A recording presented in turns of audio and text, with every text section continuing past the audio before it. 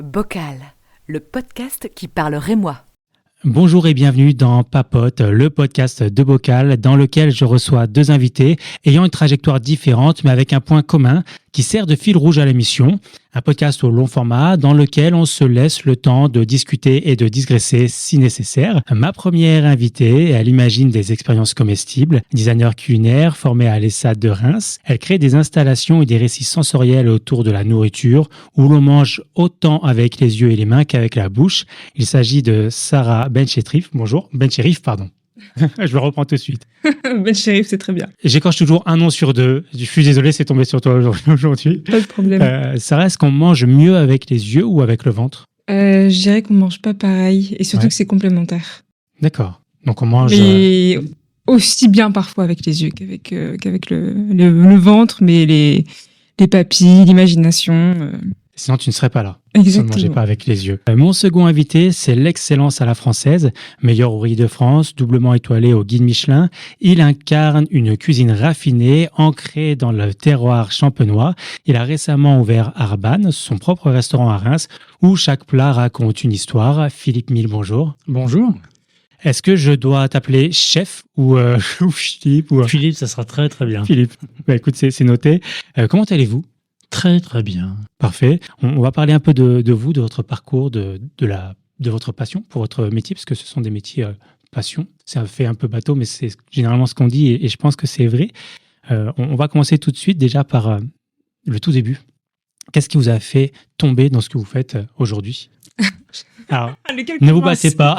Je peux commencer rapidement, mais moi, c'est juste la gourmandise et le goût des belles histoires. Voilà. D'accord. Donc, gourmandise, d'abord attiré par la cuisine plus que le design. Non, d'abord par les arts en général. Ouais. J'ai commencé très très jeune à dessiner, mais j'ai toujours été gourmande, mais j'ai pris du temps avant de comprendre que la gourmandise, ça pourrait être un métier.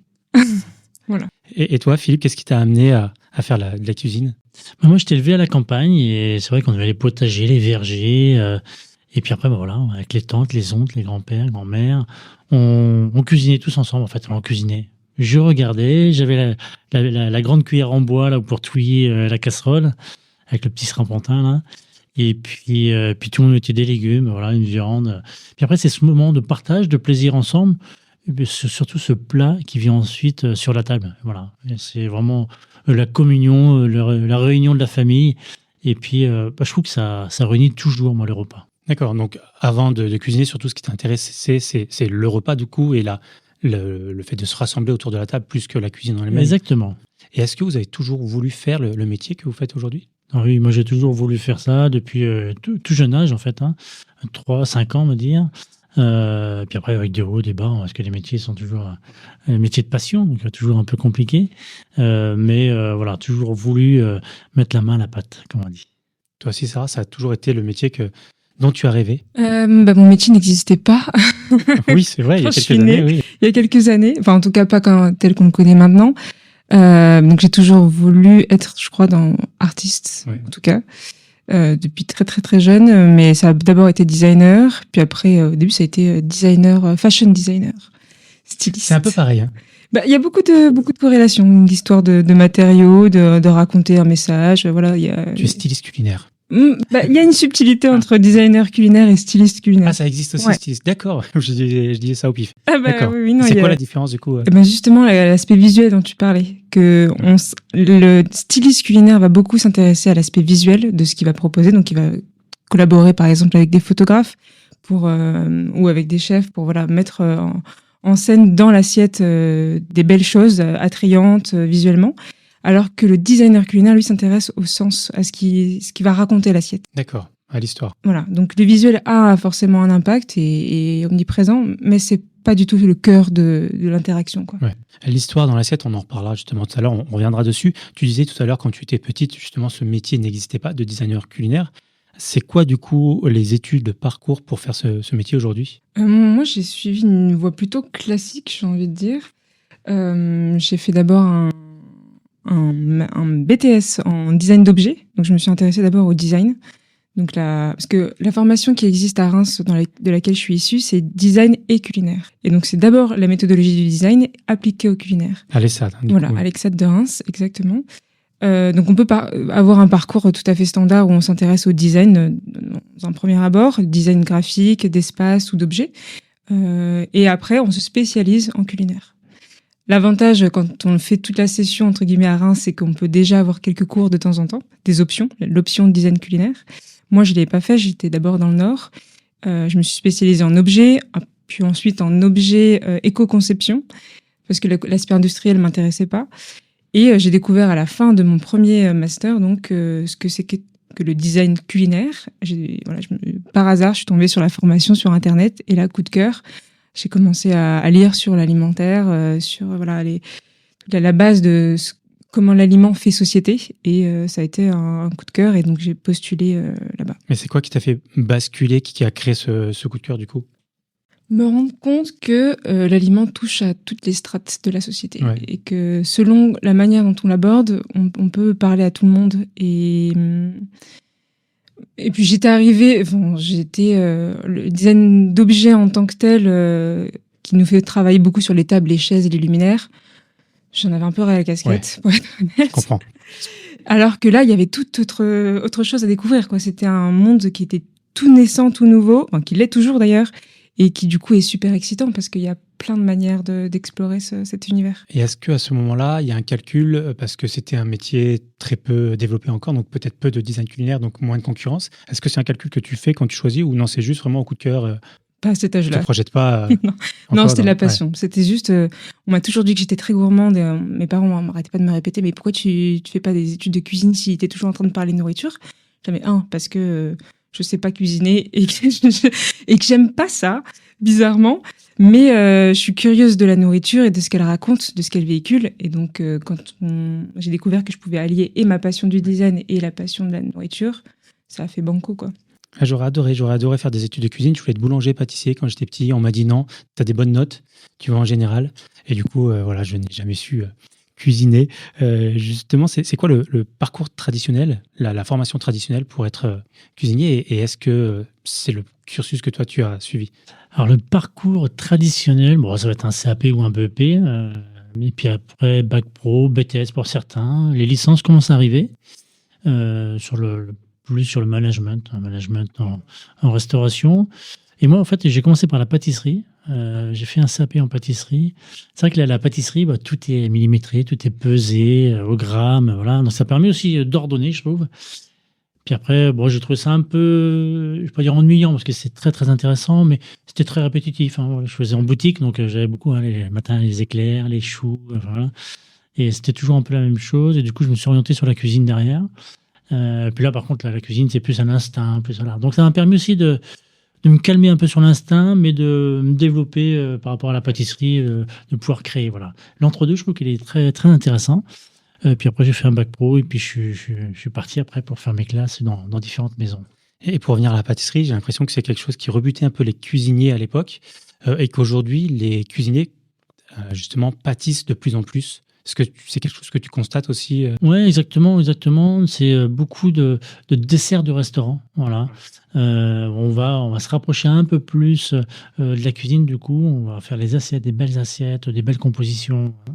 Alors qu'avant, il y avait la cuisine, puis le côté la pâtisserie. On avait les millefeuilles, on avait des belles glaces, des soufflés. Bon, voilà, c'était des desserts un peu de cuisinier, ce qu'on appelait de cuisinier, mais c'était vraiment des basiques, comme les crêpes flambées, les crêpes soufflées.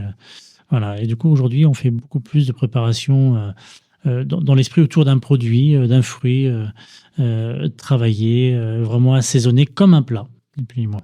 Et quand tu commences dans la cuisine, c'est directement chez Yannick Aleno ou ça vient un petit peu plus tard? Non, ça vient plus tard. J'ai fait différentes maisons.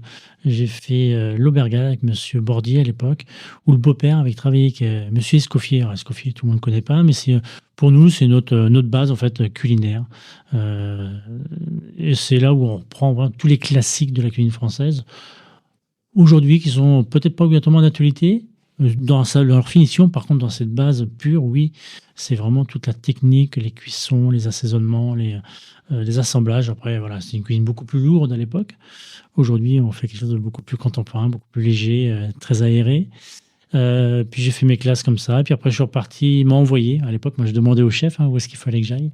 D'accord. Parce que, bon, voilà, automatiquement, le chef sait ce qui nous manque un peu dans notre parcours. Et j'étais avec M. Grondard, qui était meilleur ouvrier de France et qui était au restaurant Drouan. Donc, voilà, une première brigade, là où on était peut-être bien une trentaine. Et puis, c'était une époque où, complètement différente d'aujourd'hui. C'est-à-dire qu'il y avait les employés, voilà, les CV qui avaient des piles partout. Donc, il y avait une personne qui rentrait, une personne qui ressortait quasiment tous les jours dans ces maisons. Et puis, c'était intéressant de pouvoir partager justement notre cuisine. Puis après, j'étais avec M. Anton, au Pré-Catelan. Ah oui, donc tu fais beaucoup de Ouais, maisons. en fait, il y a un compagnonnage. Je rapprochais, je faisais 2-3 ans à chaque fois. Et puis j'attendais que le chef il me dise bon, vas-y, maintenant il est temps que tu te partes.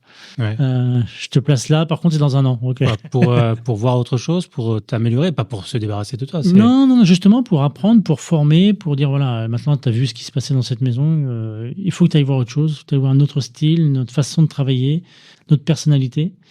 Et donc, du coup, à chaque fois, vraiment différente. M. Anton, voilà, c'est la précision, la rigueur. Il avait travaillé avec M. Robuchon, qui était voilà, très pointilleux. Très, très belle cuisine. Et puis après, lui, il m'a envoyé auprès de Michel Roth, au Ritz. Donc là, c'était plus pour voir un autre établissement. Puis Michel Roth aussi, très, très beau, donner l'envie de faire les concours. Et puis après, voilà, c'est lui qui m'a envoyé auprès de Yannick Aleno, que j'avais déjà connu. Il était sous-chef à l'époque au Drouan, quand j'ai travaillé. Et puis voilà.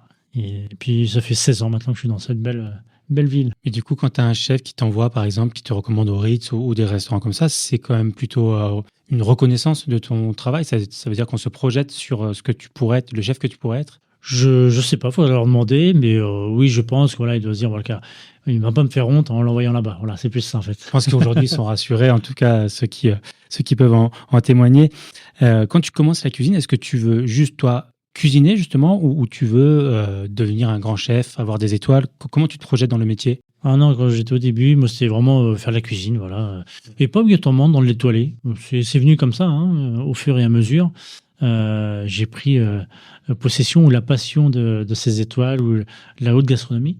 Mais à la base, non, j'ai même fait la pizzeria, j'ai fait de la collectivité dans les hôpitaux. Et tout ça, ça m'a servi, parce qu'aujourd'hui, la pizzeria, c'était plus pour la rapidité, voilà, l'exécution, les hôpitaux, mine de rien, avec toutes les allergies, avec toutes les sans lactose, enfin tout ce qu'on sans sel, c'est pas toujours évident. Ça mais t'apprend justement, c'est intéressant, très intéressant. Ça t'apprend à te passer de certains ingrédients pour pouvoir cuisiner, ouais. Ouais, puis ça évolue dans ce sens-là, donc voilà, il faut bien prendre en compte. De plus en plus. De plus en plus. Ouais. De ma humble vision que j'ai de la cuisine en tout cas, est-ce que vous avez déjà eu envie, parce qu'on parle de passion, mais est-ce que des fois une passion, ça peut aussi nous déborder, est-ce que vous avez déjà eu envie de tout arrêter? Oui, bien sûr, il y a les étapes où on en a un peu marre quand même. Mais c'est les métiers, on n'est pas tout seul. On est vraiment entouré et il y a toujours quelqu'un pour dire, bon voilà, moi c'était la semaine dernière, toi c'est aujourd'hui, voilà, ça passe et puis c'est comme ça. Mais est-ce que c'est notre métier ou est-ce que c'est tous les métiers? Je pense que c'est tous les métiers aujourd'hui. On a envie de renouveau. Ce qu'il faut surtout pas, c'est la routine. Donc, c'est à nous d'alimenter au quotidien. Alors, quand on est commis, chef de parti, dans les différentes strates, on attend que les autres nous donnent à manger, en fait, quelque part. Et aujourd'hui, à l'inverse, quand on est responsable, quand on est chef, c'est à nous d'alimenter justement ces jeunes pour éviter qui s'ennuient, qui partent ou qui traînent la patte. Donc, voilà. Parce que dans ton cas, la cuisine, c'est quand même un métier hyper difficile, parce que ce sont des horaires qui ne sont pas simples. C'est difficile pour la vie de famille parfois. Enfin, en tout cas, ce sont des questions qu'on peut se poser. On est en droit de se dire que ça peut être vite épuisant. Ouais, ces métiers ont évolué quand même, ont beaucoup évolué par la force des choses aussi. Il manquait de personnel à un moment donné. Qu'est-ce qui manque? Qu'est-ce que recherche le personnel aujourd'hui? Et alors nous, c'est une réflexion qu'à 15 ans, mais la réalité, c'est l'après-Covid, où là, il y a vraiment eu un choc. Et aujourd'hui, par exemple, pour Arban, moi, j'ai pas mal d'employés qui ont des enfants. Avant ma vision, je me suis dit, la vision d'ouvrir ce restaurant. Je me suis dit, OK, telle et telle personne que j'ai en vue pour venir m'accompagner, qu'est-ce qui ferait qu'aujourd'hui, d'un, il viendrait et deux, il resterait? Ouais. Ils ont des enfants, les enfants, c'est le dimanche, c'est le mercredi. C'est pas évident de dire, OK, on va fermer ces 2 jours-là, mais bon, 2 jours piqués comme ça dans la semaine, c'est pas toujours évident. Donc, on va dire, allez, mercredi, jeudi, puis dimanche, voilà. Et du coup, on ouvre 2 jours, donc lundi, mardi, on referme 2 jours. D'accord. On rouvre 2 jours, vendredi, samedi, et on referme le dimanche. Voilà, donc c'est 2 jours de travail un peu plus intense, on va dire, mais concentré, à fond, où tout le monde est là. Et puis derrière, par contre, on profite aussi de sa famille. Et c'est plutôt rare en cuisine d'avoir 3 jours de repos dans la semaine ou ça se fait de plus en plus? Ça va se faire de plus en plus, ça commence à s'ouvrir quand même. De toute façon, tout le monde attention, c'est la solution qui convient aujourd'hui à cet établissement-là. Où j'étais avant, nous, on avait mis des équipes, hein, c'est-à-dire qu'une équipe du matin, une équipe du soir, ça rechangeait. En crayère. Une équipe voilà, exactement, de coupure. On tournait sur 3 semaines, ce qui était bien aussi. Après, il faut du monde. Il faut que ça puisse tourner. Il faut qu'il y ait d'autres établissements à côté. Que sur le restaurant gastronomique, c'est plus compliqué à faire tourner comme ça. Et toi, Sarah, est-ce que tu as déjà eu envie de mettre un grand coup de pied dans tout ce que tu fais? Moi, ça fait que 2 ans que je suis dans le donc t'en as métier pas en tant encore, qu'indépendante. Donc, heureusement, je touche du bois, je n'ai pas encore assez. Mais justement, ça fait que 2 ans, mais il y a ce truc aussi de... quand on sort de l'école, on est un peu livré à soi-même. Et on se prend d'un coup toute la charge que ça demande d'être auto-entrepreneur, de devoir aller trouver ses clients, de devoir faire son bout de chemin, de ne pas savoir si on nous prend au sérieux ou pas. Et on nous avait prévenu, vous aurez des déceptions, vous allez parfois vous impliquer à fond dans un projet et ça va pas se faire. Mais la réalité, quand ça se fait pas, ça pique. Donc oui, il y a des fois, on se dit, est-ce que vraiment j'ai fait Bac plus 5 ça va Bac plus 5 en plus, oui. Ouais. Mais et puis non, on se demande forcément... c'est un métier qui est assez précaire parce que c'est un métier niche. Donc il faut arriver à montrer qu'on a notre place, faire comprendre ce qu'on fait auprès des gens avec qui on aimerait collaborer, quelle est notre plus-value. Et donc ça demande de l'énergie, ça demande de l'implication et c'est pas toujours simple, mais j'ai encore l'innocence et la candeur pour le faire. Pendant longtemps, je te le souhaite. Justement, est-ce que tu peux définir un petit peu le design culinaire? Est-ce que c'est toi qui choisis le photographe culinaire? Est-ce que c'est toi qui fais les photos? Non, j'imagine pas. Voilà, comment ça se passe un peu le design culinaire? Voilà, déjà, rectification, je me permets. Voilà, donc je disais qu'il y a une différence entre styliste culinaire et design culinaire. Donc moi, je suis designer culinaire et pas styliste culinaire. Donc je fais pas de photos culinaires.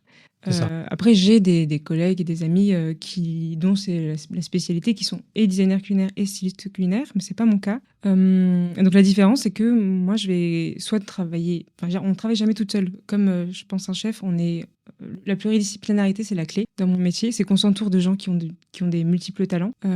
Donc, il y a plein... Tu sais, c'est la question qu'on me pose le plus. Ça veut dire quoi, design culinaire?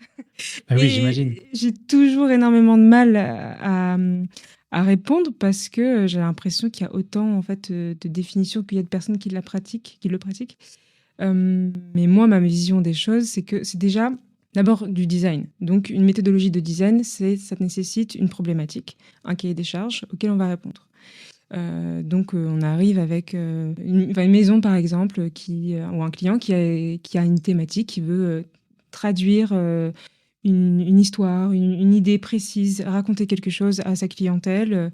Et nous, à partir des éléments qui constituent l'identité de notre client, on va réussir à composer une narration et à se poser la question de « Ok, quels sont mes outils que j'ai à disposition pour que ça soit le plus percutant et qu'on ne perde pas les gens pendant l'expérience ?» Cette narration, elle n'est pas que visuelle, du coup. Oui, exactement. Donc en fait, on applique donc le design, la scénographie, le graphisme, l'aménagement d'espace, plus aussi des éléments de cuisine au service de l'expérience de dégustation. Donc ça peut se traduire en gros par, je dis expérience culinaire parce que c'est très large. Ça peut être autant un dîner qu'un buffet, qu'une déambulation in situ dans un site.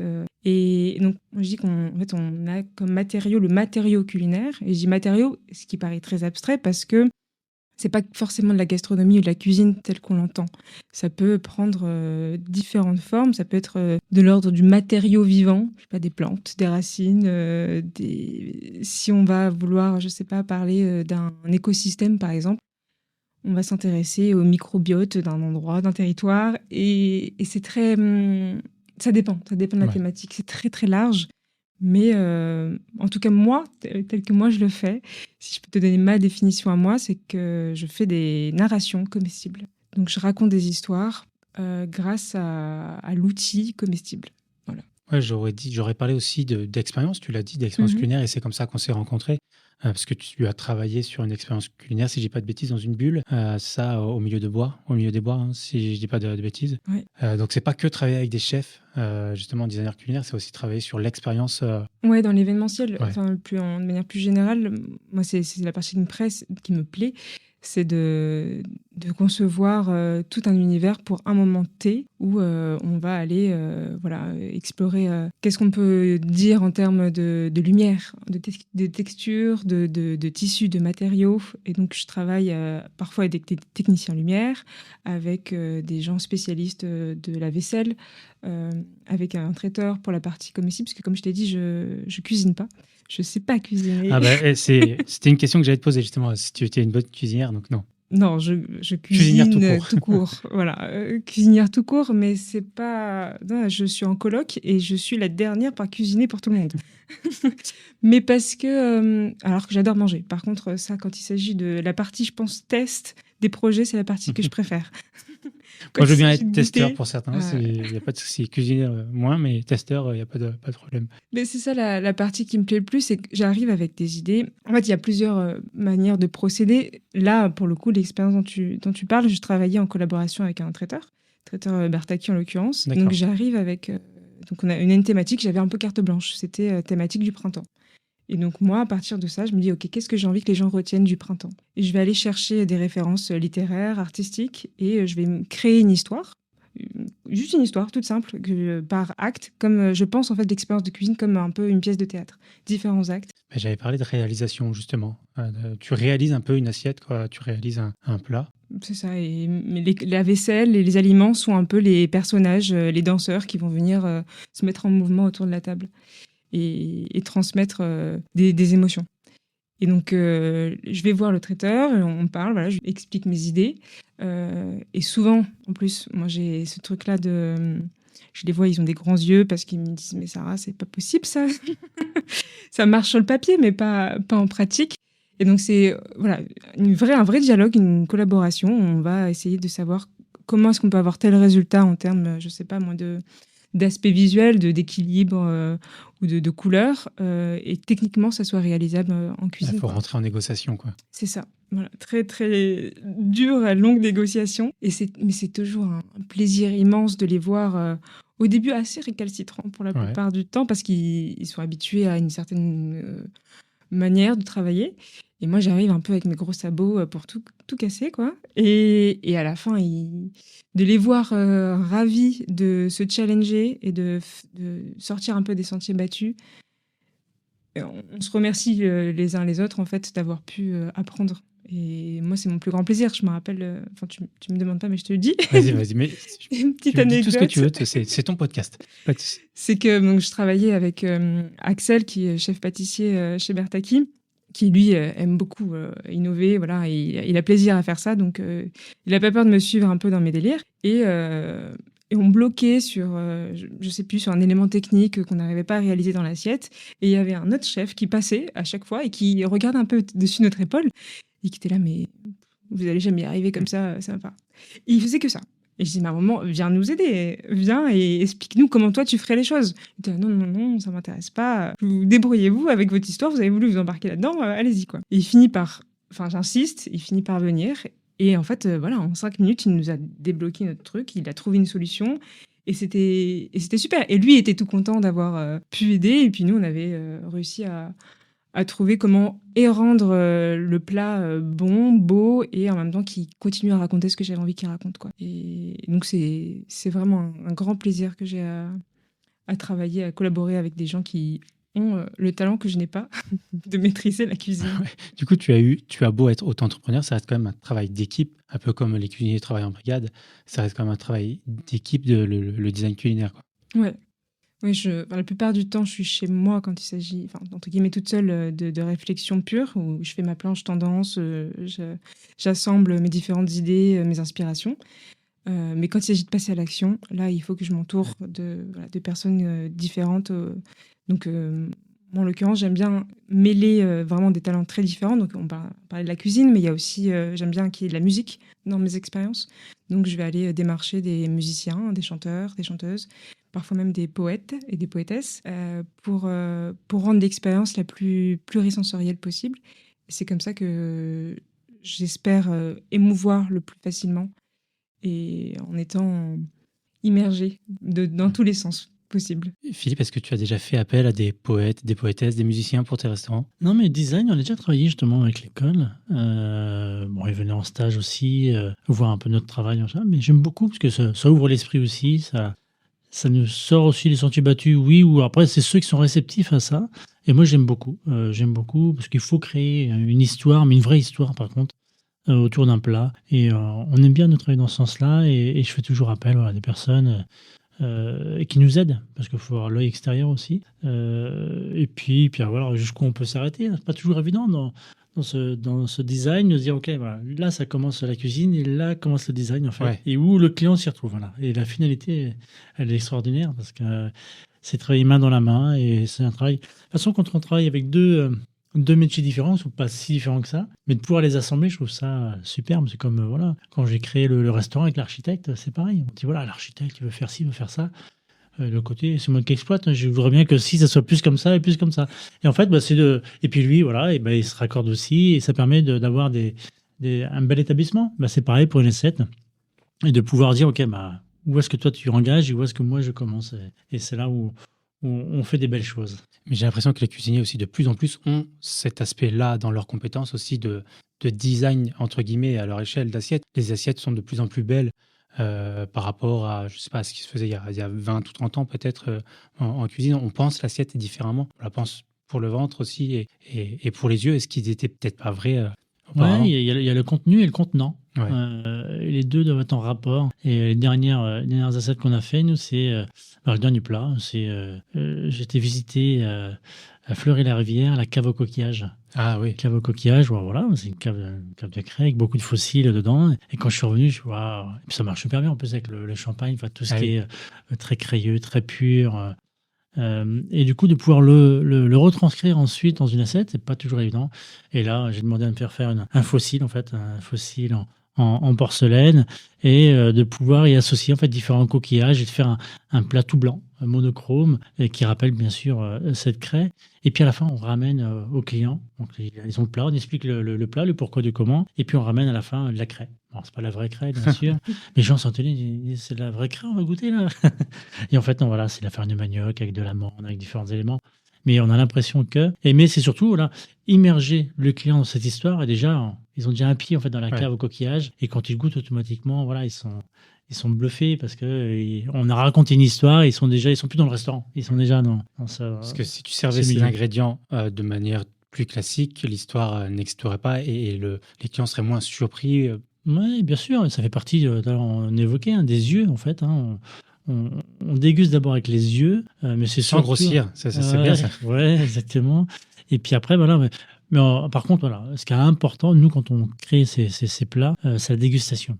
C'est quoi qu'il arrive, c'est la dégustation qui prime et la présentation qui vient sublimer l'ensemble. Mais c'est pas le contraire. On est au service. Enfin, c'est ce qu'on oublie souvent, c'est que le designer culinaire est au service du chef avec qui il va travailler. On n'est pas là pour prendre le dessus sur la partie création ou alors pour rajouter de la superficialité qu'il n'y a pas d'être.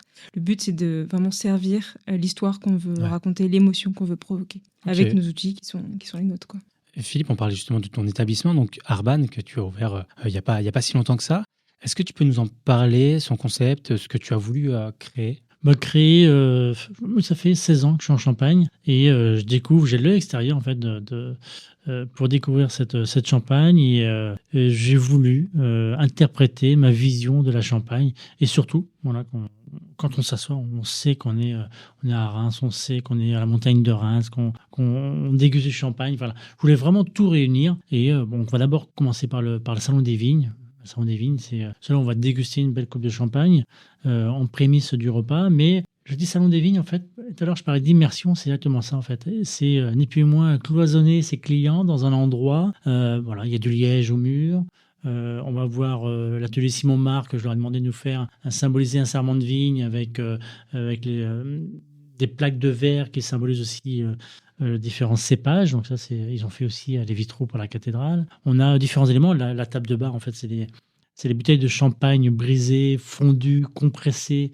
Voilà, et tout a une histoire. Et en fait, on raconte cette histoire au fur et à mesure qu'ils dégustent cette bouteille de champagne avec ces petites frivolités.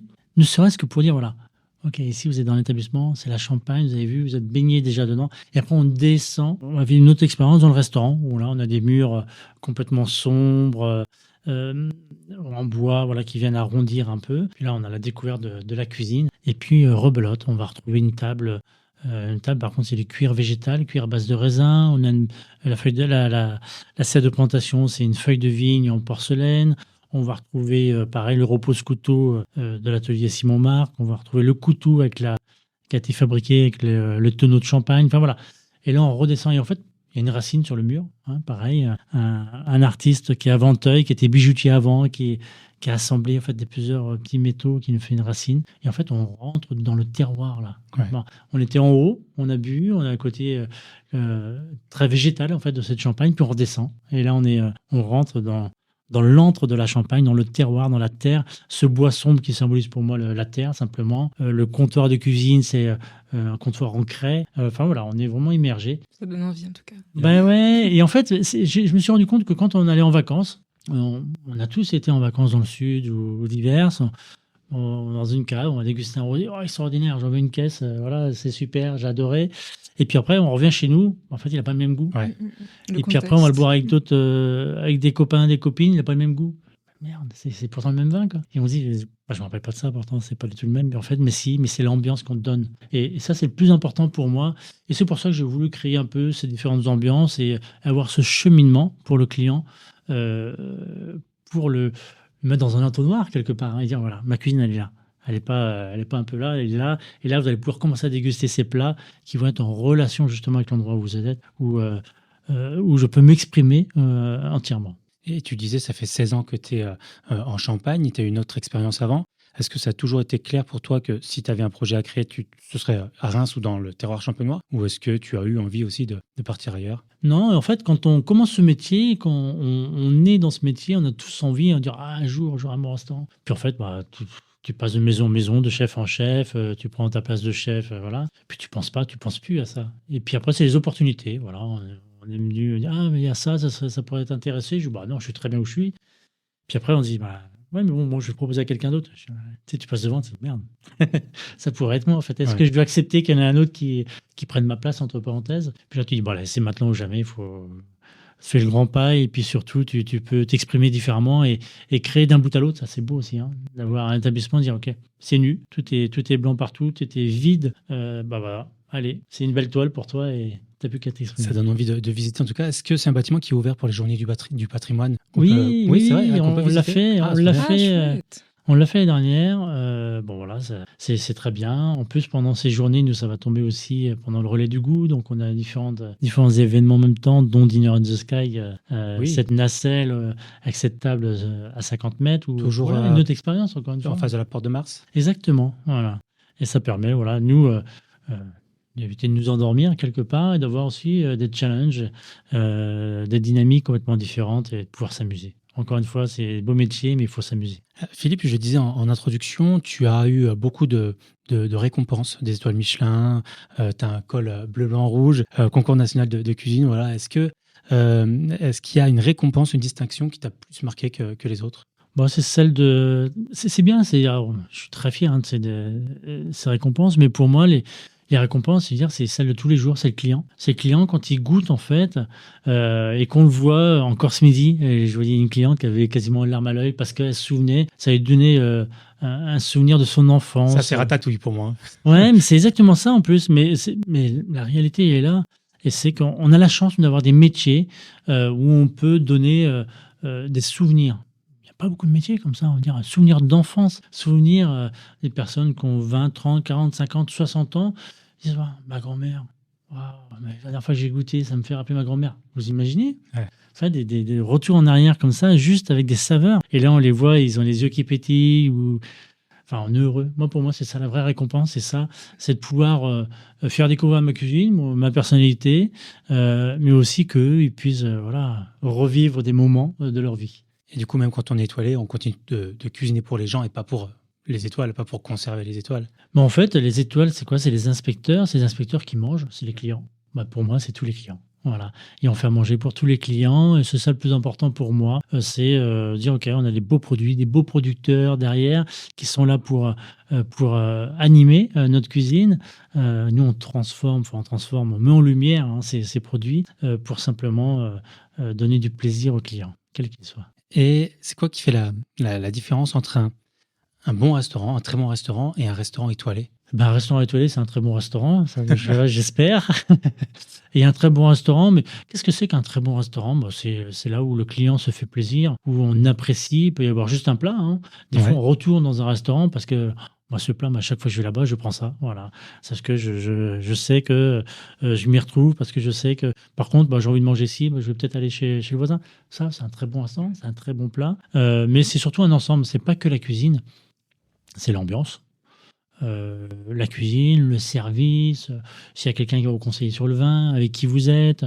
Enfin, c'est vraiment un ensemble qui est là. Il ne faut surtout pas louper une étape, je pense. Et moi, j'avais une question con avant en préparant du coup ce podcast. Je me suis documenté depuis, mais je me suis dit que si je me posais la question, peut-être que d'autres aussi pouvaient se la poser. Quand on quitte un établissement étoilé, à qui on a rapporté des étoiles, on quitte également ses étoiles. Exactement. Donc ça, voilà, faut en être conscient. C'est un challenge aussi de pouvoir aller rechercher au fur et à mesure ces étoiles. Les étoiles appartiennent aux maisons, ce qui est très bien. Attention. Et puis derrière, nous on recommence à zéro. Et puis après, on refait le chemin pour aller chercher ces étoiles. Et puis, mais c'est un plaisir aussi. C'est un plaisir, et je pense que c'est une bonne dynamique aussi de se challenger à chaque fois. Une ouverture, aller chercher une étoile, aller en chercher d'autres par la suite. On a toujours des petites carottes comme ça et des challenges qui motivent aussi les équipes. Alors que si on arrivait, il y avait tout déjà de posé, est-ce qu'on aurait toujours la même envie? Peut-être pas tout le monde. Du coup, tu es reparti avec une partie de tes équipes quand tu as changé d'établissement? Il y a une partie des équipes qui ont voulu m'accompagner. Moi, j'ai mon sous-chef, par exemple, ça fait 21 ans, il était déjà au Meurice avec moi. J'ai d'autres personnes qui m'ont suivi, d'autres personnes qui avaient des restaurants sur Paris, qui ont voulu vivre à la campagne parce qu'ils avaient des enfants, qui m'ont rejoint. J'ai des jeunes qui ont gagné le trophée 1000, qui ont dit tiens, le chef, vous ouvrez, je voudrais bien en faire partie. Voilà, c'est aussi rassembler des personnes complètement différentes. Je compare toujours, moi, avec le sport, une équipe, je vais prendre le foot parce que peut-être un peu plus foot, mais une équipe, en fait, il n'y a pas qu'un numéro 10. Le numéro 10 tout seul, il ne peut pas avancer, il ne peut pas y avoir qu'un gardien. Et en fait, il y a l'arrière gauche, l'arrière droit, et ils ont tous leur place. Tous complètement différents. L'arrière gauche, si je le mets devant, il ne marche pas et ça ne fonctionne pas. C'est pareil pour la cuisine, en fait. On a besoin d'avoir des personnes complètement différentes. Et c'est ce qui crée une brigade, une belle équipe. Mais quand je dis c'est l'équipe, c'est pas que la cuisine, c'est le sommelier, c'est le serveur. Et en fait, tout le monde a sa part et joue ensemble pour aller décrocher ses étoiles ou décrocher le plaisir du client. On va parler maintenant un petit peu plus du processus créatif et de vos inspirations. Sarah, tout à l'heure, justement, tu nous as défini ce qu'était pour toi le design culinaire. Mais c'est quoi les étapes pour concevoir justement un design culinaire? D'abord, c'est beaucoup de recherche. Pinterest? Oui, mais pas que. Quand même pas. Non, pas que. C'est l'inspiration, entre guillemets, du quotidien, de se nourrir de culture de manière générale, donc aller faire des expos, des concerts. C'est un peu bateau ce que je veux dire, mais l'inspiration vient de partout. Des voyages qu'on a fait, des rencontres. Wow, ça c'est très très bateau. mais c'est voilà, en fait on est expert en rien. Et on devient au fur et à mesure des micro-experts du sujet qu'on va traiter. Et c'est ça que je trouve passionnant dans notre métier, c'est que on ne peut pas se lasser parce qu'à chaque fois on apprend sur un nouveau sujet. Et donc, il y a une partie de recherche. Voilà, on va chercher des anecdotes, des informations moins entendues, plus précieuses, voire qui peuvent susciter un peu l'émerveillement. Et à partir de ces éléments-là, moi, je vais construire un peu... donc, je reviens encore sur l'idée de narration. Chercher des points distincts de chute, de rebondissement, d'éléments que je peux aussi traduire, qui vont m'inspirer tout de suite, par exemple, en traduction culinaire. Il y a des fois, je sais pas, je regarde un paysage et je me demande quelle saveur il aurait. Et selon ce que je vais traiter, en fait, les accords et les retranscriptions en culinaire se font de manière plus ou moins évidente. Parfois, quand justement il y a des sujets un peu plus complexes ou qui me demandent plus de recherche ou de familiarisation, je vais aller voir du côté simplement esthétique parfois de l'imaginaire de cet élément. Par exemple, je sais pas, je travaille sur les levures en champagne, je vais aller regarder à quoi ressemblent des levures au microscope. ça peut être tout bête, mais ça peut partir de là, de la partie scientifique, de la partie plus poétique, de la partie plus sociale. Selon en fait les sujets, je vais aller regarder différentes facettes, on va dire, de cette thématique-là, qui vont m'inspirer. Après, je collecte donc une banque d'images, souvent. Et je vais aller chercher la texture qui va me permettre de traduire telle émotion. Je pense que ça se rejoint beaucoup par rapport à ce que fait un chef. C'est voilà, aller chercher quelle émotion, cette émotion-là, comment est-ce que je peux la traduire en termes de saveur, en termes de texture, en termes de visuel. Après, ok, je peux pas tout dire par rapport à la nourriture. Alors comment est-ce que la lumière, elle, va me permettre de rajouter une sous-lecture, une sous-couche de compréhension. Donc voilà, c'est un tissage un peu entre les aliments, les saveurs, la vaisselle que je vais employer, la lumière, l'ambiance, et les étapes aussi de construction de mon expérience. Est-ce que je veux d'abord qu'on mange debout ou d'abord assis, puis est-ce que je veux qu'on soit tout Avec seul, les mains, avec des couleurs, ouais. ou tout seul face à son assiette, ou alors au contraire que ce soit un plat collectif. Selon ce que je veux raconter, ça prend plein de chemins différents. Et tout à l'heure, tu parlais de la précarité de ton métier. Je pense que c'est ça qui fait la beauté de ton métier, justement, c'est sa précarité. Parce que s'il n'y avait pas cette précarité, tu ne serais pas amené à faire tout ce que tu fais dans ce métier et à toucher au final à 4 ou 5 métiers différents. Sans cette précarité-là, tu ne ferais pas tout ça. Probable. Mais c'est pour ça qu'en entendant le chef parler avec autant de passion de la manière dont il a conçu son restaurant, je pense que ça donne ta réponse à tout à l'heure. Les chefs sont en train de prendre la mesure de ce que c'est que la conception et du pouvoir fort de la narration. Et ça a toujours été, je pense, mais ça est en train de s'amplifier. Ok, on veut se raconter en tant que chef, qu'est-ce qu'on veut que les clients retiennent de notre cuisine. Et ça passe par faire appel à des architectes, à des artistes qui viennent complémenter tout ça et donner de plus en plus de force et de poids et faire en sorte que ça marque les esprits, quoi. Moi, je trouve ça hyper admiratif et ça donne envie de travailler avec des gens passionnés comme ça qui n'ont pas envie de faire les choses à moitié, quoi. Et Philippe, même question, mais comment on crée un nouveau plat? Quelles sont les étapes et on le fait à quelle fréquence à peu près? La fréquence, on va commencer par la fréquence, c'est ni plus ni moins le produit. Le produit, il y a une saison, et donc c'est lui qui nous dirige, et tant mieux d'ailleurs. Après, comment on crée? Alors, j'aime pas dire un créer, parce que c'est toujours un peu... c'est assembler, ces plats, en fait, on a besoin... un peu... ce qu'on vient d'entendre, c'est de faire les recherches. Quelle couleur a déjà ce plat, enfin ce produit? Voilà, on va partir de la tomate. Alors, la tomate, on pense rouge, mais il n'y a pas que rouge. Il y a la tomate verte, la tomate jaune, la tomate ananas. C'est des textures différentes, des goûts différents. Bon, ok. Et moi, j'aime bien placer en fait ça dans des différentes colonnes. Et je vais avoir, cette colonne, ok, tomate, on va la classer en plusieurs couleurs déjà. Voilà. Après, sur cette tomate-là, je vais mettre une colonne d'herbes, une colonne de fleurs, une colonne de textures, voilà, de croquants, de diverses, voilà. Puis peut-être aussi, pourquoi pas, des fruits ou des légumes encore pourraient être associés.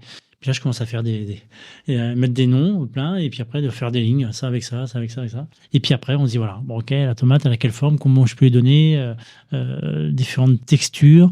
On aura le côté avec la belle mâche, de la belle tomate ananas, pourquoi pas. Puis après, il y a la tomate cerise aussi qui est très goûteuse, très chargée en soleil. Puis après, voilà, quand on va égoutter cette tomate, on va avoir une eau qui est translucide, qui est, voilà. Quand on va l'émulsionner avec un agent gélifiant, il va prendre une autre couleur. Enfin voilà, on dit, ok, voilà, déjà, on a déjà pas mal, quoi. Et puis après, les herbes, suivant l'humeur, on dit, voilà, on va aller dans le jardin chez notre producteur, puis il va avoir la verveine, il va avoir la tagette, de l'œillet d'Inde, là, on va avoir du céleri, on va avoir le céleri, c'est un peu commun, tout le monde va le goûter, le basilic, ok, très bien. Est-ce qu'on va pas chercher autre chose? Et puis là, on commence à goûter un peu toutes les herbes dans le jardin, dire, tiens, il y a du fenouil, des fleurs de fenouil, tiens, voilà, on va rajouter. Et puis on va ramener, le fenouil, c'est bien, c'est le côté anisé, très bien, comment on peut contrebalancer, comment on peut... Puis là, on commence à s'amuser, en fait. Et puis, des fois, ça vient tout seul. Alors, je travaille jamais, par contre, je travaille toujours avec les équipes et je donne toujours des pistes à tout le monde, puis tout le monde ramène. Puis après, je dis, ça, non, je suis désolé, ça, oui, c'est super, ça, non. Puis après, je leur donne toujours une ligne directrice. Voilà, je veux la tomate, je veux qu'il y ait différentes textures, je veux quelque chose de très frais. Voilà, j'ai déjà pensé à un petit sorbet avec. Voilà, déjà, on canalise un peu, puis après, les autres vont revenir. Hop. Et puis après, on va dire, voilà, on va le garder pour notre recette, ça. C'est très bien, mais ça permet automatiquement on est une belle cuisine, une belle brigade, on est 14 en équipe, c'est-à-dire que je fais pas tout. Non, mais ça fait important de partie le du dire. management aussi, c'est-à-dire que chacun a une partie de soi dans ce plat. Et ouais, quand ils vont le faire, c'est différent, quoi. Ils vont prendre beaucoup plus de plaisir, Ça les motive. d'envie et de respect, tout simplement, quoi. Et donc, du coup, voilà, tout le monde apporte, et puis après, on finalise. Et puis, des fois, entre ce que j'ai pensé, je gribouille, parce que je ne vais pas dire que je dessine, parce que je fais des gribouillis de ce que je vois dans cette assiette, de ce que ça me fait penser. Quand on reprend le dessin de base et la finition, tu dis, waouh, comment j'ai pu penser les choses comme ça, alors que. Et puis des fois, entre ce qu'on pense et ce qu'on fait, ça marche pas. Et des fois, tu peux perdre la saison en fait d'un produit. Hein. Et tu dis, mince, cette année, on n'a pas réussi à le travailler ou j'ai pas parce que j'ai voulu sortir aussi de ce qu'on faisait avant. Donc du coup, tu te remets en question à chaque fois. C'est ça aussi, hein, se remettre en question, se remettre en danger ou en plaisir, tout simplement. Et puis des fois, il y a des produits qui sont très courts. Tu te dis, mince, là, on n'a même pas réussi. On a fait déjà une partie du travail pour l'année prochaine et puis c'est tout. Mais c'est ça. C'est le produit qui nous dirige. Donc du coup, le producteur, il faut être très proche avec eux. Les locaux. Ouais, moi j'ai la chance, j'en ai 64 aux alentours que j'ai été chercher au fur et à mesure. Et en fait, moi je suis issu de la campagne, donc c'est vrai que j'avais besoin de ce rapport. Mais c'est aussi d'avoir cette affinité avec, de me dire... Je te le dis à toi, mais voilà, là, les premières vont sortir dans 15 jours, machin. J'en ai quelques-unes, si tu veux faire déjà tes essais avec, voilà. Mais par contre, pour la production, c'est dans 15 jours. Ça nous met un peu de temps. Et puis, ils vont nous prévenir aussi, bon, là, je te garde ce produit-là que pour toi parce que, j'en aurai pas assez. Et puis, si tu veux continuer pendant 10 jours, tu les as, quoi.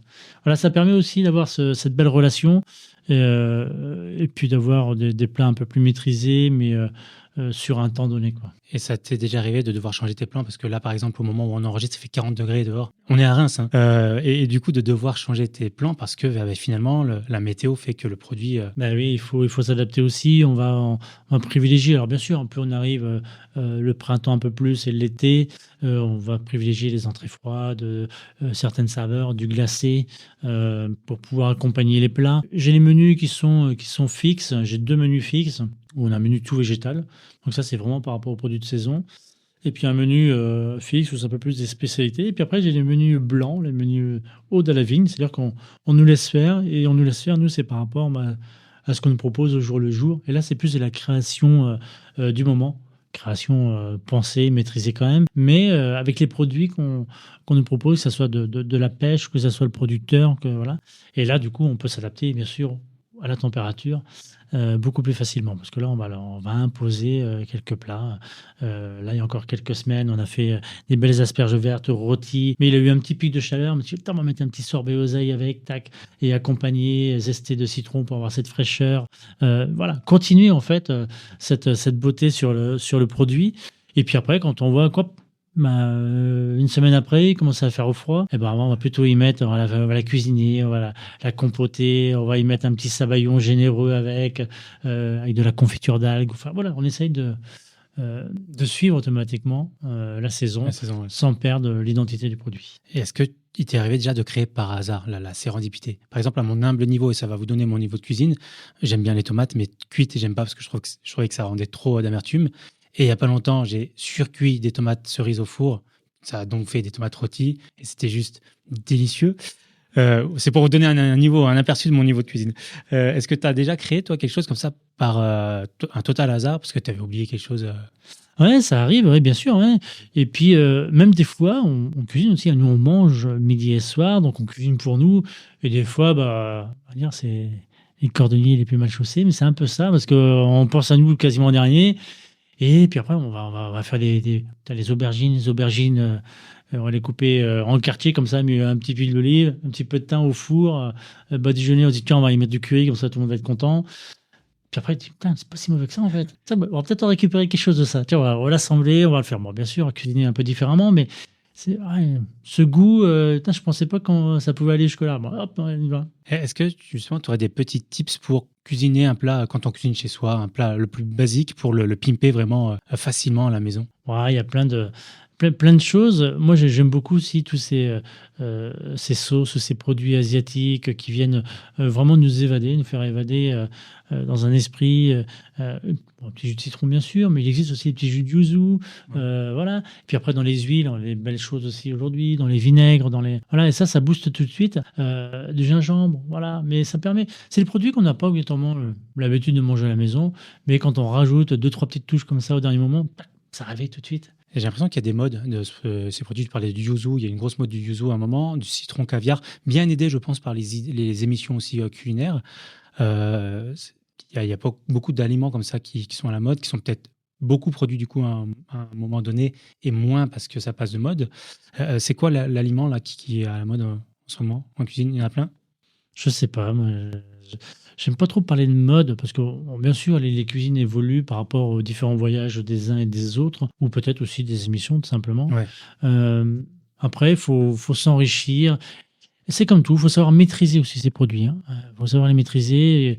Il y a une époque où il y a eu beaucoup d'épices, et puis tout le monde, bon, voilà, les épices, on les mettait par-ci, par-là, et en fait, tout assemblé, ça ne ressemblait plus à grand-chose. Donc, il faut trouver déjà la bonne ressource. Le sourcing est très, très important. Les poivres, aujourd'hui, il y a des poivres extraordinaires qu'on va découvrir, qui vont booster des plats. Moi, j'aime beaucoup des huiles parfumées qu'on peut créer aussi nous-mêmes, tout simplement, mais qui vont waouh, changer complètement. Alors que, à une époque, quand on parlait de l'huile, non, par contre, le beurre, vas-y. Et aujourd'hui, on est plus sur beaucoup moins de beurre et plus d'huile, mais juste perlé ou juste assaisonné au dernier moment sur un poisson, une viande, un légume qui viennent rehausser. Est-ce que vous avez un plat qui vous a marqué dans votre enfance? Je suis originaire de l'île de la Réunion et du Maroc. Donc j'hésite, mon cœur balance entre le couscous et le curry poulet là. Il faut choisir. mais je dirais quand même le couscous de ma grand-mère. Faut préciser, le couscous de ta grand-mère. Oui, de ma grand-mère. Ouais. Couscous marocain. Ouais. Donc du coup, couscous marocain, la particularité? En plus, moi, je l'aime avec. Elle utilise un beurre assez particulier. J'ai même pas le nom. Infamie que je suis. J'ai pas le nom, mais un beurre assez particulier avec de la semoule complète. Et en général, c'est pas ce que ma famille préfère. Et quand elle fait de la semoule complète, je sais que c'est juste pour me faire plaisir, parce que je suis la seule qui aime particulièrement ça, avec ce beurre qui est assez fort, quoi, qui se rapproche un peu du ghee indien. Voilà. Mais la particularité, on parlait de saison tout à l'heure, c'est que je crois que au Maroc, en tout cas dans ma famille, le couscous n'a pas beaucoup de saison. On peut retrouver en plein été autant de la citrouille que du navet, que de la courgette, de la carotte, voilà. C'est un micmac, mais c'est délicieux. C'est le plat de ton enfance. Est-ce que c'est aussi ton plus ancien souvenir de cuisine? Non, pas de cuisine, mais mon plus d'alimentation, ouais. je dirais que c'est le maïs. Ouais. Quand j'étais petite et que mes parents me laissaient chez ma grand-mère, mon autre grand-mère de La Réunion, je sais pas pourquoi, pour me consoler, elle me donnait toujours une petite boîte de maïs et je passais des heures à essuyer mes larmes en mangeant du maïs. C'est mieux que de donner un bonbon. Ouais, c'est beaucoup plus sain. Et toi, Philippe, le plat de ton enfance ou ton premier souvenir? Ouais, plat de mon enfance. On parlait tout à l'heure de plat de partage, c'était une poule au pot. Ah ouais. Voilà, et en fait, ça cuisait, ça cuisait assez longtemps sur le coin de. C'était encore les gazinières on mettait le bois pas les gazinières, les cuisines.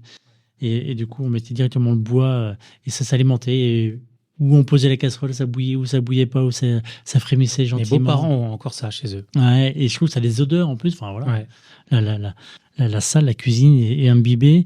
Et en fait, ces odeurs aussi de bouillon qui étaient là sur les murs de chaux, voilà, c'est beaucoup de souvenirs. Mais dans ce plat, en fait, c'est un plat de partage, mais c'est surtout, cette volaille cuisait dès le matin à 8h, et puis après, on la mangeait, mais après, il y avait ce bouillon. Et ce bouillon avec ces petits vermicelles dedans, tac, on finissait le soir, parce qu'on avait bien mangé, et du coup, le soir, juste cette soupe très goûteuse, parfumée, légèrement perlée du gras de la volaille. Il restait quelques légumes quasiment écrasés à la fourchette, ces petits vermicelles qui étaient là, et qui donnent envie, en fait, de continuer, de dire, voilà, on a encore ce plat. Ça, je pense que c'est quelque chose qui fait la différence entre quand on cuisine chez soi et les restaurants. C'est ça, c'est le bouillon et les sauces. C'est ce qui peut, j'allais dire sauver un plat, non, mais faire qu'un plat est un grand plat. La sauce et le bouillon. Moi, je me rappellerai toujours d'une sauce que j'ai mangée. Pourtant, je n'aime pas le whisky, je ne fume pas. Et c'était whisky cigare. Et j'ai trouvé ça une tuerie, quoi. C'était trop bon. Donc une bonne sauce, un bon bouillon, ça sauve un plat. Sarah, j'ai sauté une question et j'y reviens. C'est quoi l'expérience culinaire justement sur laquelle tu as travaillé qui t'a le plus marqué? S'il y en a une qui t'a le plus marqué. Comme ça, je pense à celle que j'ai le plus faite, on va dire. J'ai fait un dîner-galerie, donc à la Galerie Parallèle, ici à Reims, passage Talleyrand. Donc on a travaillé en fait avec Juan Carlos Carrillo, qui est un sculpteur de la région, qui a fait la statue du footballeur qui est devant le stade. D'accord. Raymond Coppa Non, Fontaine. Fontaine. Pardon, j'ai honte. Fontaine. Voilà, donc il était en résidence dans cette galerie pendant 3 mois. Et donc Mathias, qui est gérant de la Galerie Parallèle, me dit ça serait idéal, je pense, pour notre première de travailler avec lui. Bien, on va le rencontrer dans son atelier. Donc ouais, c'était déjà assez fou. Donc et surtout qu'il m'avait envoyé en fait d'abord le site internet de Juan Carlos pour que je me familiarise avec ses œuvres. C'est de la sculpture très classique, qui des photos sur internet, moi ça me parlait pas. J'arrivais pas à dégager une quelconque émotion. J'étais un peu dubitative. J'étais très bien, rencontrons cet artiste. Et à partir du moment où on met le pied dans sa galerie, où on rencontre ce monsieur, et il nous embarque dans ses histoires, il nous raconte chacune de ses sculptures, de pourquoi il les a fait, du matériau qu'il a employé. Ça a pris une dimension complètement différente. On est resté, je crois, 3 heures dans son atelier à juste parler de son parcours. Donc c'est surtout personnel. La rencontre plus que l'atelier, les odeurs, les matières. C'est vraiment le personnage. C'était un moment de grâce, en fait, Ouais. surtout à la fin où il nous parle d'une dernière œuvre qu'il n'a pas encore finie, qui est encore en terre. Il nous demande si on veut la revoir, on dit bien sûr et tout. Donc tout en nous expliquant qu'en fait il se baladait dans les vignes, que c'était le printemps et que il était inspiré ce jour-là, il faisait beau et puis c'est une œuvre monumentale, je crois, elle fait 2 à 3 mètres de haut. Il commence à la déballer parce que donc l'œuvre qui est encore en terre, en argile, il faut la protéger de la sécheresse, donc avec plusieurs couches de tissu humide pour pas qu'elle craquelle. Ouais. Et donc il fait un peu une striptease de cette statue. Et il nous met en fond la musique d'inspiration, parce qu'il travaille toujours en musique. Donc une très belle musique classique, je ne me rappelle plus du titre, mais c'était magnifique. Et donc il nous parle de cette sculpture, de l'amour, du printemps qui lui inspire la fougue de l'énergie naissante de la terre. Et à la fin, donc, on voit cette sculpture qui est en fait la représentation d'un couple de 2 amants qui semblent sortir d'un pied de vigne et qui s'entrelacent pour s'embrasser. Et c'était d'une beauté. Ça nous a juste complètement coupé le souffle. On avait la larme à l'œil et on s'est regardé avec Mathias en disant mais qu'est-ce qu'on est en train de vivre? T'as vécu l'effet Stendhal. Ouais, c'était magique. Et là, on s'est regardé, on s'est dit ok, on la tient à notre expérience. C'est ça qu'on a envie de faire vivre aux gens. Ce qu'on est en train de vivre maintenant là, de découvrir un artiste, de rentrer dans son intimité, dans son processus créatif et d'être au cœur vraiment de sa création. On a envie de faire vivre ça. Et après, il faut réussir à le traduire en expérience. Et là, après, ça a été 2 mois, non même pas, 1 mois. Ça a été un peu un projet express. En 1 mois, il fallait que j'arrive à capter tout ça et à le traduire en expérience. On a fait un dîner en 5 temps. Et ça a été un plaisir de décortiquer en fait toutes mes 3 heures d'expérience avec Juan Carlos.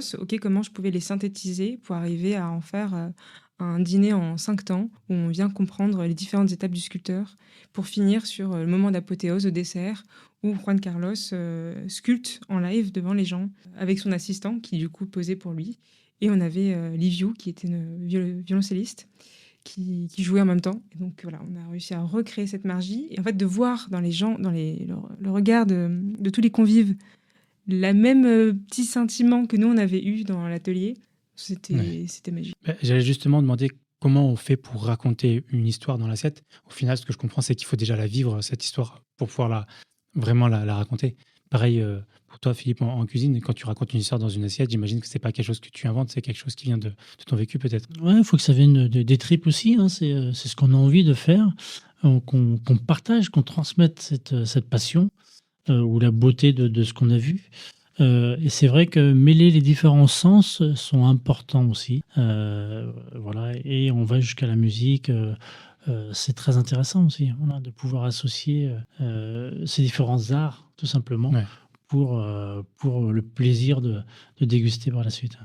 Et là, on a parlé de l'histoire, mais du coup, comment on met l'émotion dans l'assiette? Ah, Mais- voilà, celle-ci. Tout à l'heure, le chef évoquait le fait de quand on va dans un restaurant étoilé et que d'un coup on a cette vague d'émotions qui nous submerge parce que ça nous rappelle un souvenir de notre enfance. C'est pour ça que je suis pas chef parce que ça me sidère. Je l'ai vécu une seule fois. Moi, c'était donc chez la chef Georgiana View au Rouge à Nîmes. Dans son restaurant, j'avais littéralement l'impression qu'elle avait travaillé à partir de mes souvenirs d'enfance. C'était assez bluffant parce que j'étais avec mon petit frère en plus qui avait la même sensation que moi et on avait l'impression qu'elle voilà, elle avait connecté nos souvenirs. Et c'est ça moi je sais qu'en tant que designer, ce qui va me faire que je mets de l'émotion, c'est parce que je mets des symboles, de la symbolique qui nous est commune. Je travaille sur des souvenirs qu'on a en commun. On parle de l'intime, de ce qui moi me touche, mais en général, à partir du moment où ce qui moi m'a touché a aussi des fortes chances de résonner en quelqu'un d'autre. Et à partir du moment où on parle de l'intime, on va réussir, c'est plus facile, entre guillemets, de partager une émotion et quelque chose d'assez vif. Et on part sur voilà, des... Mais c'est très personnel, donc ce qu'on va nous... L'intime des uns n'est pas l'intime des autres. Voilà. Ouais. Et en même temps, il y a quelque chose de... Nous, on va être sensible à, je sais pas, une couleur, une texture, alors que c'est tout autre chose qui va parler à une personne. Et on n'aura plus à un moment le contrôle sur ce qui va toucher ou pas. Mais à partir du moment où on livre quelque chose d'assez honnête, je pense, une excitation qu'on a vécue nous, quelque chose de sincère ou qui... Je pense que ça vient comme ça. Et moi, mon outil, c'est d'agglomérer un peu voilà, tous ces sens. Mais il y en a qui savent le faire dans quelque chose de beaucoup plus silencieux et ténu. Et j'admire beaucoup ça aussi. Voilà. L'idée, c'est pas de surcharger, parce qu'après, on arrive à saturation des sens et ça ne marche pas.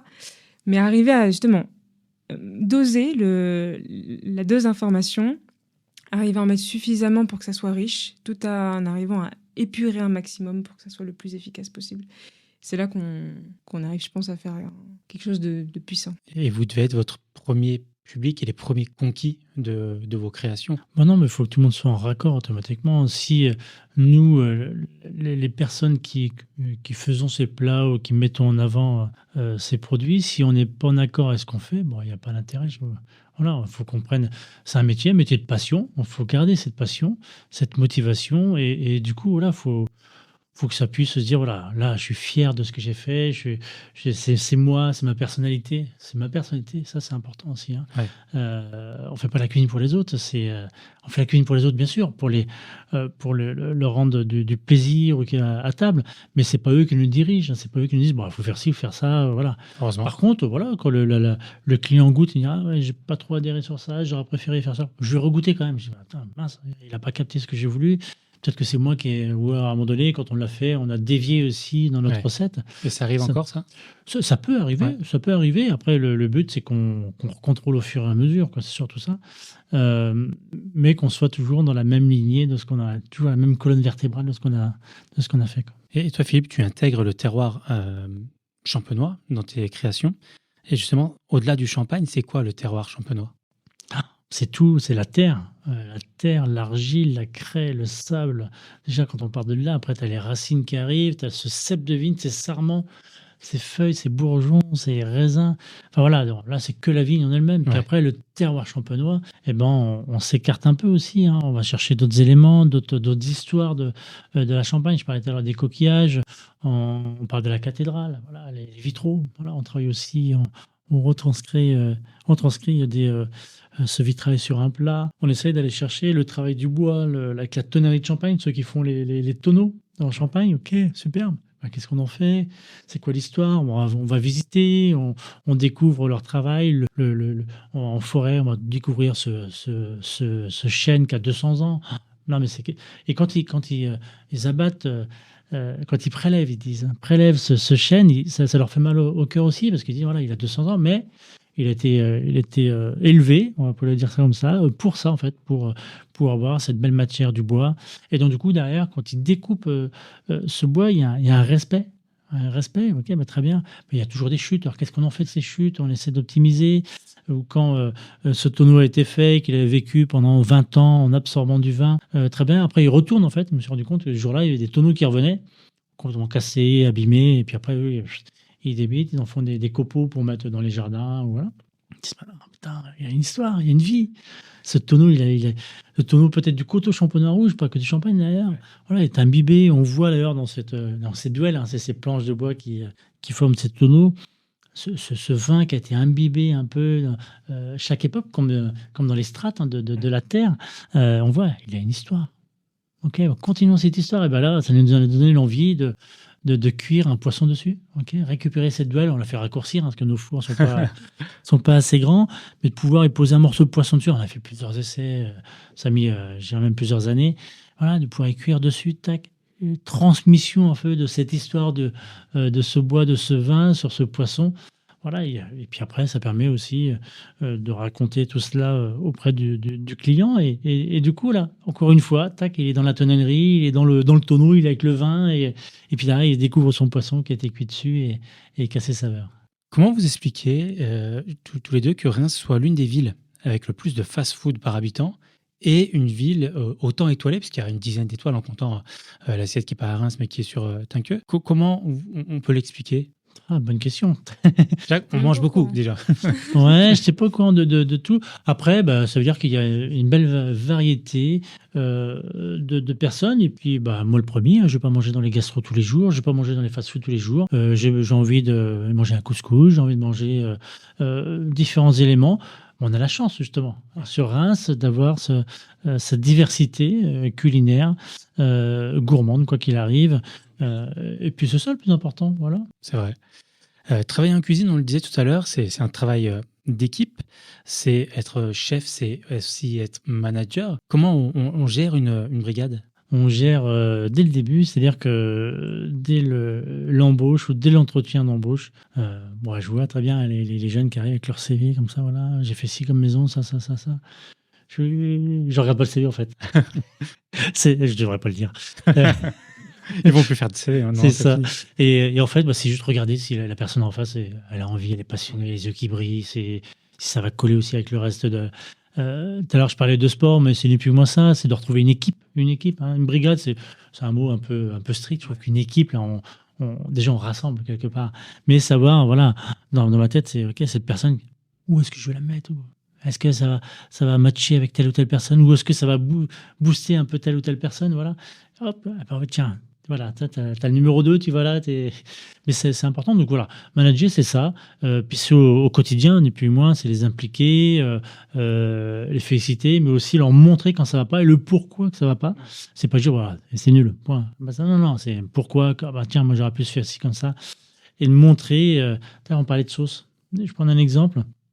La sauce, bien sûr, hein, on va préparer cette sauce ensemble, puis après il va le faire tout seul ou ils vont le faire à plusieurs. Mais ce que je leur dis toujours, c'est de goûter chaque étape en fait, de voir l'évolution, de voir grandir cette sauce, de voir maturer cette sauce dès le début, à la première ébullition, puis au bout de 10 minutes, au bout d'1 heure de cuisson, au bout de 3 heures, de comprendre en fait ce cheminement et se dire ok, et là si t'as loupé quelque chose, c'est que ça vient de là. C'est pas finalité, hein, c'est là, t'as peut-être pas mis assez de sel parce qu'il faut vraiment que l'élément puisse s'exprimer, ou alors toi, le poivre qui était là dès le début, peut-être qu'il est trop torréfié, il est trop présent ou il est trop puissant. Voilà, c'est de montrer aussi les différentes étapes. Donc voilà, c'est travailler main dans la main, les uns les autres, donner les responsabilités, mais contrôler ses responsabilités. Et du coup, cette image de chef un peu tyran qu'on peut avoir, c'est fini ça en 2025? Chacun, j'espère. Après, chacun sa philosophie, chacun sa façon de voir les choses, son caractère. Nous, on a la chance, et après, c'est une volonté d'avoir une cuisine ouverte. Alors, je dis même que c'est la salle qui est ouverte à la cuisine. Il n'y a pas de vitre, il n'y a rien, il y a vraiment dedans. Manger avec les odeurs du coup des cuisines Non, parce que les odeurs, parce qu'elles sont maîtrisées d'un côté, parce que je ne veux pas non plus que les clients ressortent avec leur chemise qui sentent la cuisine pour retourner au travail. Ça fait un peu... ça, c'était ma crainte d'ailleurs. Non, c'est que le client puisse voir aussi. On dit toujours... c'est un balai de voir parce que voilà, tout le monde travaille sereinement, intelligemment, les sourires, les petits coins, les petits clins d'œil de temps en temps. Nous, on s'en rend plus compte parce que voilà, mais le client, il capte, il essaye de trouver un peu cette ambiance. Et ça fait partie de l'expérience au final. Et ça fait partie de l'expérience, voilà. Non, mais c'est Sarah pour. Non, mais elle a raison, Sarah, et il y a besoin de tout. Et cette image justement de cette belle cuisine. Après, par contre, ça nous a appris à travailler différemment. Poser la casserole peut-être un peu plus doucement. Ah oui. Poser, le couteau, on a l'habitude, clac, clac, clac, clac, clac. Ben non, on va le faire glisser. On réapprend certains gestes qui sont positifs d'ailleurs. Et là, on parlait du travail d'équipe. Sarah, alors j'ai appris que ton travail pouvait être collectif parce que pour moi, tu travailles un peu plus de manière individuelle. Comment tu choisis du coup les gens avec qui tu travailles? Comment tu t'entoures? Beaucoup à l'instinct. Je pense que c'est un peu le propre des métiers passion, c'est qu'on fait les choses avec le cœur. Après, comme je débute, j'ai pas de carnet d'adresse. Voilà, c'est que du bouche à oreille. Il faut avoir aussi. Enfin, j'ai la chance, j'allais dire, d'être plutôt sociable. Et puis, ouais, je suis en coloc et du coup, je vis avec beaucoup de gens qui ont pas mal de relations. Et puis, je suis entourée voilà, de personnes qui sont dans la culture. Donc franchement, ça s'est fait comme ça. Ça c'était un peu du. Là, j'ai un coloc qui travaille dans la musique, et donc je lui dis, je cherche des musiciens. Est-ce que tu t'en connais? Et puis je demande autour de moi, et puis je rencontre les personnes, on échange. Et c'est pour ça il y a plein de gens avec qui j'ai voulu travailler, je ne les avais même pas entendus jouer, mais il s'est passé un truc en termes de connexion. On a senti qu'on avait la même envie de partager au public. Et donc évidemment après je m'assure quand même que la personne fasse de la belle musique, mais ça c'est a priori si c'est toujours le cas. Pour l'instant j'ai travaillé pas mal aussi avec les mêmes personnes parce que on a appris à voilà, travailler ensemble, ça se passe bien, j'aime ce qu'elles font, on partage les mêmes valeurs. Et comment on arrive à se renouveler en travaillant justement dans ton métier avec les mêmes personnes? Est-ce que des fois changer, c'est pas aussi ou s'ouvrir à d'autres visions? Ah non, je me fermerai jamais en me Enfin, c'est disant... pas du tout un jugement, hein. Oui, oui, non. Mais je veux dire, voilà, par exemple, pour, je sais pas, une thématique qui est un peu plus on parlait du printemps tout à l'heure. Moi, j'avais tourné ça autour du féminin. Donc, je savais que, par exemple, Lydie Sumona, avec qui je travaille, qui est poétesse, elle, c'est complètement son univers. Elle fait des poèmes tournés sur le pouvoir féminin. Et donc, ça correspondait parfaitement. Par contre, pour une autre performance qui n'avait rien à voir, en termes de musique, par exemple, je cherchais quelque chose de beaucoup moins classique, donc je me suis pas adressée à Liviu, j'ai cherché autre part. Voilà, j'adapte en fonction de ce que je veux envoyer comme message. Je ne m'enfermerai jamais dans j'ai besoin de... Je ne connais que cette personne-là, donc je vais aller avec cette personne-là. Il faut être curieux et aventurier. On va passer à un autre sujet. Moi, c'est un peu ma porte d'entrée dans la cuisine aussi. C'est les émissions télévisées, et notamment un que l'on voit beaucoup, Top Chef. C'est quoi, vous, votre regard sur les émissions et les concours culinaires télévisés? Alors, les émissions, alors, moi, je sais que j'ai malchance de ne pas pouvoir les voir, ou très très peu. Enfin, c'est vrai que c'est quand on travaille quasiment. Après, je trouve que ça a ramené beaucoup de l'envie à tout le monde d'aller cuisiner, d'aller au marché, de retrouver les vrais produits, d'essayer des choses chez soi. Ce qu'on avait perdu quand même ces dernières années, il y avait une génération quasiment où il n'y avait plus rien, c'était les souvenirs. Ma grand-mère m'avait laissé ça comme ça, et je te refais, là il n'y avait plus, il y avait tout ça qui manquait. Aujourd'hui, tout le monde retourne. Après, il faut bien comprendre que c'est les métiers où il y a un apprentissage, où il y a des bases à apprendre, et qu'on ne fait pas des assiettes ou des créations tout de suite du jour au lendemain. Donc voilà, il faut pas oublier aussi ces étapes. Moi, je parle dans notre métier. C'est pas dire voilà, j'ai vu l'émission, je suis chef, et j'ai envie de faire ci, j'ai envie de faire ça. Non, il y a tout un apprentissage avant. Et puis, je pense que cet apprentissage est très très important pour durer. Mais c'est vrai que dans Top Chef, de plus en plus, ils en parlent un petit peu des coulisses et du fait que les plats ne sont pas toujours créés sur l'instant, et que des fois, il y a un laps de temps qu'il leur est laissé pour pouvoir le créer effectivement. Et je pense que c'est important que les gens qui regardent le sachent aussi. Mais toi, en tant que lauréat de concours, est-ce que tu te sens proche ou l'éloigné de la médiatisation de la gastronomie? Je pense que c'est bien. Après, il ne faut pas que ça soit surfait non plus, ce qui n'est pas le cas aujourd'hui, mais il faut pouvoir maîtriser un peu tout cela. Parce que moi, quand j'ai commencé le métier, c'était la voie quasiment. Moi, j'étais un passionné, mais j'en ai beaucoup dans ma classe à l'époque. C'était mes parents m'ont dit faire cuisine parce que j'avais des mauvaises notes, et puis c'était un peu la voie de garage, quoi. C'était ça, et du coup, c'était les conseillers à l'époque qui disaient ça. Ça a commencé comme ça à la télé avec Cyril Lignac, qui avait une émission où justement c'était des gens qui étaient en difficulté scolaire qui allaient dans son émission, et il en a fait une brigade. La télé a commencé aussi exactement. Et en fait, c'est un beau métier de passion. Il faut garder cela pour pouvoir grandir, ni plus ni moins. Donc aujourd'hui, oui, on a la chance d'avoir des belles écoles, de médiatiser en fait ce métier, de le rendre, de l'anoblir tout simplement. Et du coup, automatiquement, quand on anoblit la cuisine ou les cuisiniers ou les chefs, et ben c'est aussi l'agriculteur derrière, le jardinier. Et du coup, voilà, tout ça prend un bel essor. Et ça fait partie aussi de la culture française, je trouve. C'est vraiment le rayonnement français. Beaucoup voyager à droite à gauche, tout le monde a ses styles de cuisine, mais celle qui revient tout le temps, c'est voilà, la cuisine française. On a quelque chose qui est la haute gastronomie, mais pas que. La haute gastronomie, c'est un grand mot, hein. C'est la gastronomie française, c'est le savoir-faire français. C'est vrai qu'il n'y a pas longtemps, j'ai assisté à un débat sur Instagram auquel je n'ai pas participé parce que j'aime pas commenter sur Instagram, mais des gens qui parlaient justement de la cuisine dans chaque pays. Donc, ils citaient des produits en Italie pour mettre en avant la cuisine italienne, par exemple. Pareil au Japon, il y a quelqu'un qui n'était pas français et qui demandait justement c'est quoi la cuisine française, et personne n'a su vraiment développer. Du coup, c'est quoi précisément la cuisine française? La cuisine française, c'est déjà les sauces, on en parlait tout à l'heure. Ouais, ah oui. Beaucoup les sauces, on en voit un peu moins déjà dans d'autres pays, même s'il y a des belles préparations, des braisés ou des choses comme ça qui se font quand même dans toutes les cuisines, mais la vraie sauce qui vient accompagner ce poisson juste saisi, grillé, mais voilà, qui va vraiment rehausser ou donner du peps ou une vie ou du relief à un produit.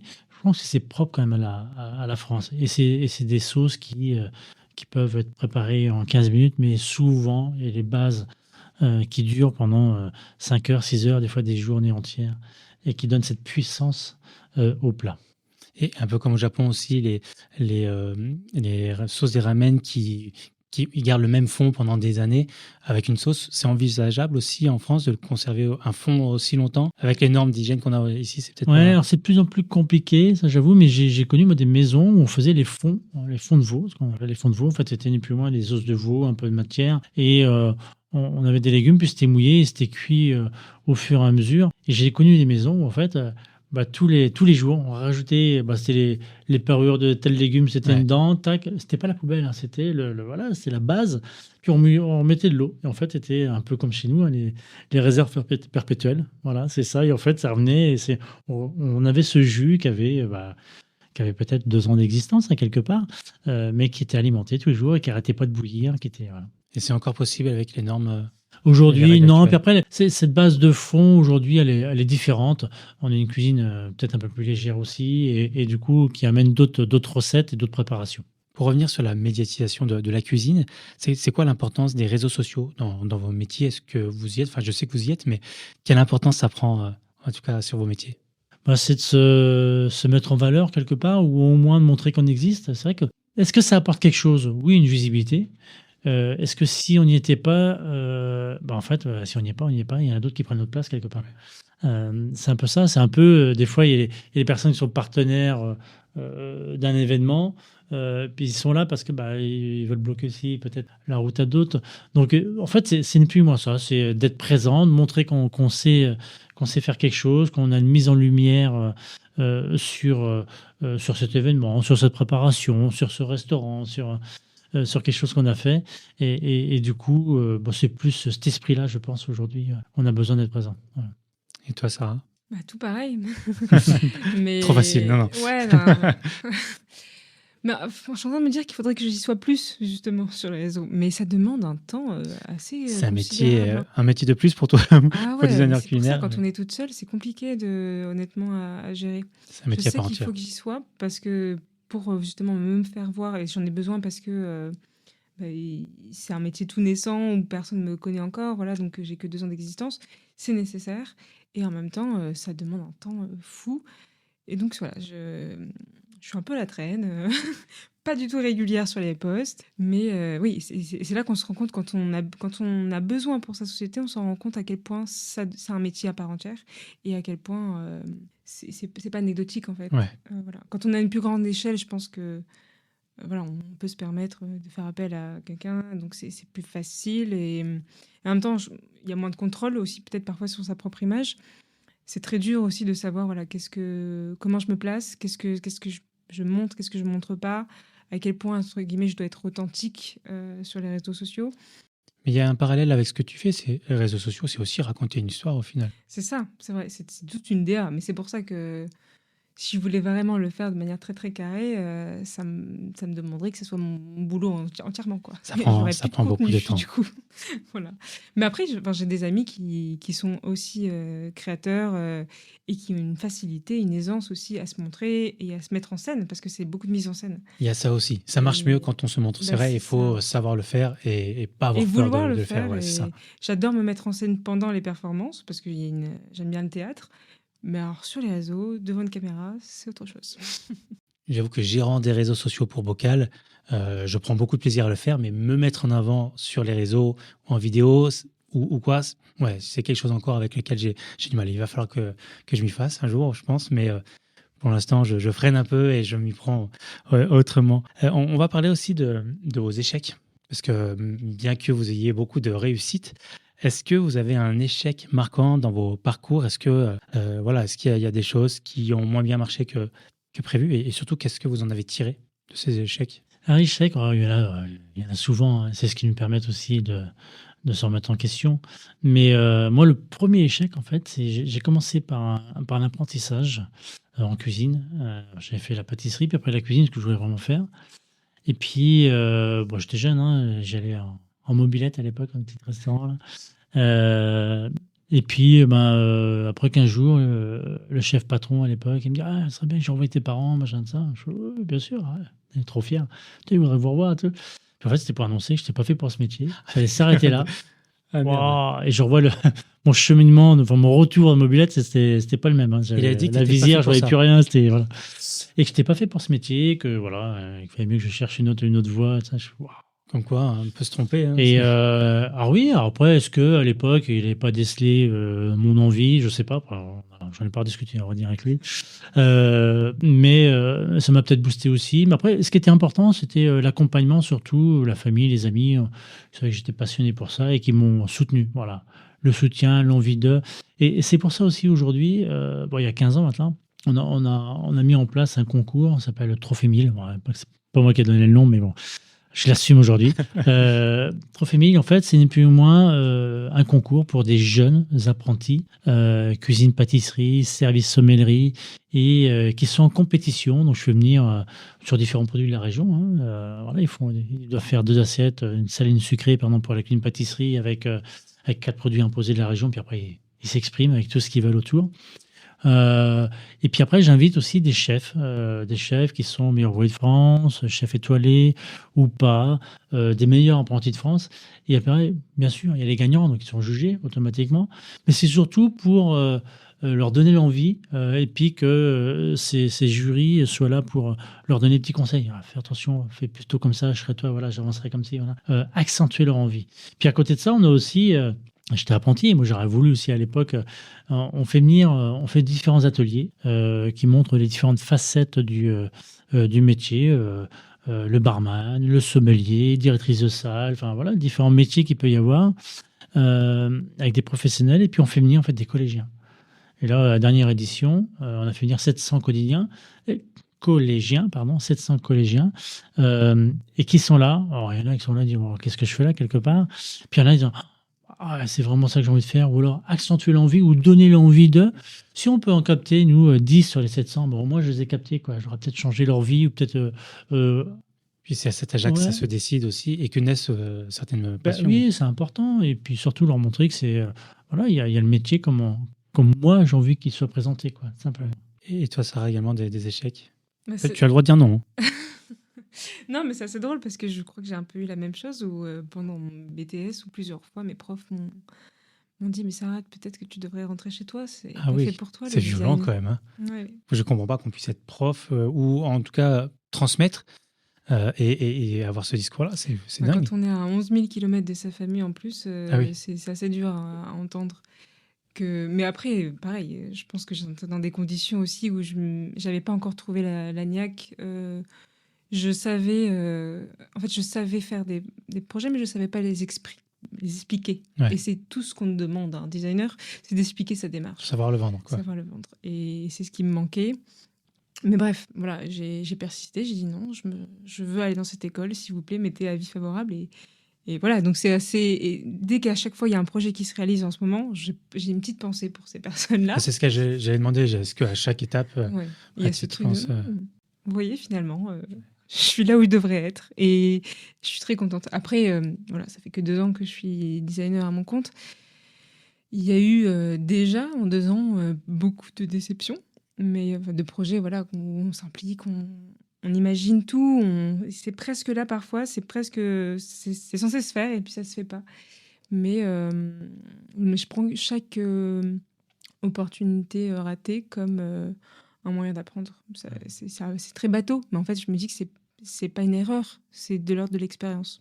J'apprends, ça m'apprend quelque chose, une manière de gérer, de ok, là, j'ai pas fait attention à telle étape, j'aurais dû faire comme ça plutôt, ou j'aurais dû plus prendre les devants, j'aurais dû anticiper telle chose. Et plutôt que de passer du temps et de l'énergie à me flageoler, à me dire non, mais vraiment, t'y arrives toujours pas. En fait, j'ai que 2 ans d'expérience, la vie elle est encore longue.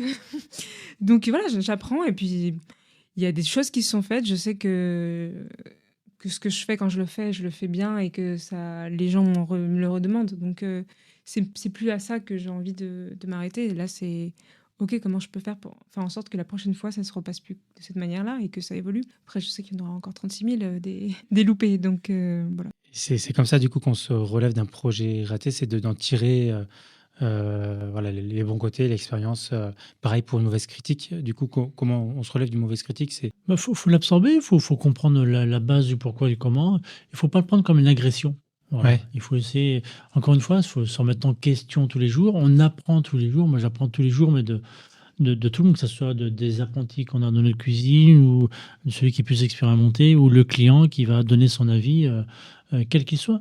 Il faut bien l'identifier et ensuite, par contre, qu'on garde notre propre valeur, notre propre personnalité, mais dire ok, il n'a peut-être pas tort sur ça. Par contre, voilà, pas entièrement. Il y a peut-être ci qu'on va rajouter. Voilà, faut être très ouvert, très ouvert. On approche de la fin de l'émission, il ne reste plus que quelques questions et il y en a une qui me tient à cœur, parce que moi je reçois beaucoup d'artistes généralement sur Bocal. Est-ce que vous considérez comme des artistes? Moi, oui. Moi, oui. Et, pourtant, j'ai pas fait une formation de beaux-arts, j'ai fait une formation de designer culinaire. Mais je pense que la particularité de la formation à Reims, c'est justement de nous pousser à trouver notre personnalité.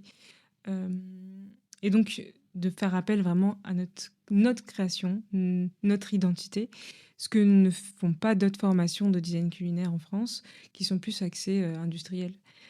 Et donc, à partir du moment où je mets de moi, j'estime que c'est de l'ordre de l'artistique. Et parce que aussi, parfois, les choses sont sont beaucoup plus de l'ordre de l'instinct. Ça m'arrive d'avoir des cartes blanches. Et donc là, je donne tout simplement de ma personne. Je ne réponds à aucun critère très défini. Et puis parce que j'aime le terme artiste. Le pouvoir de créer. J'ai envie de me dire qu'on vient et qu'on fait appel à moi pour ce que j'ai envie d'offrir en tant que designer culinaire, en tant qu'artiste. De toute façon, pour moi, dès lors qu'on raconte une histoire en créant, on a déjà fait le boulot d'un artiste. Toi, Philippe, tu te sens artiste? Bah, en vous écoutant, je me disais artisan.